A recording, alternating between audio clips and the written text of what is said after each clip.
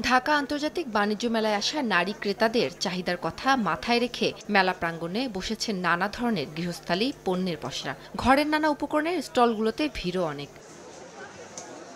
সকাল থেকে রাত পর্যন্ত ক্রেতা ও দর্শনার্থীরা ভিড় করছে এসব স্টলে। গৃহিণীদের বেশিরভাগ সময় কাটে রান্নাঘরে বলেই তাদের কথা মাথায় রেখে বিক্রেতারাও এনেছেন হাঁড়ি পাতিল, ইলেকট্রিক মাল্টিকুকার সহ কারুকাজ করা হরেক রকম তৈজসপত্র। ননস্টিক গুলো প্লাস হানিকমে কিছু প্রোডাক্ট আছে, আর গ্যাস স্টোভ আছে। এই প্রোডাক্টগুলো খুব ভালো যাচ্ছে মাত্র।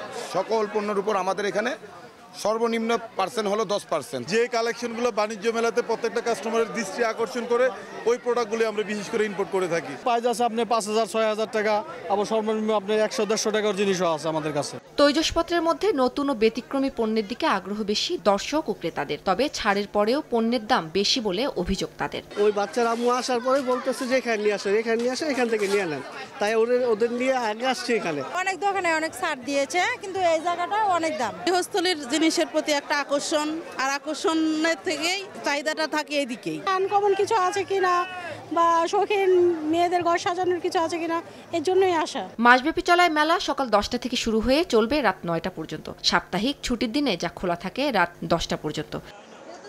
উম্মে হানি, সময় সংবাদ, ঢাকা।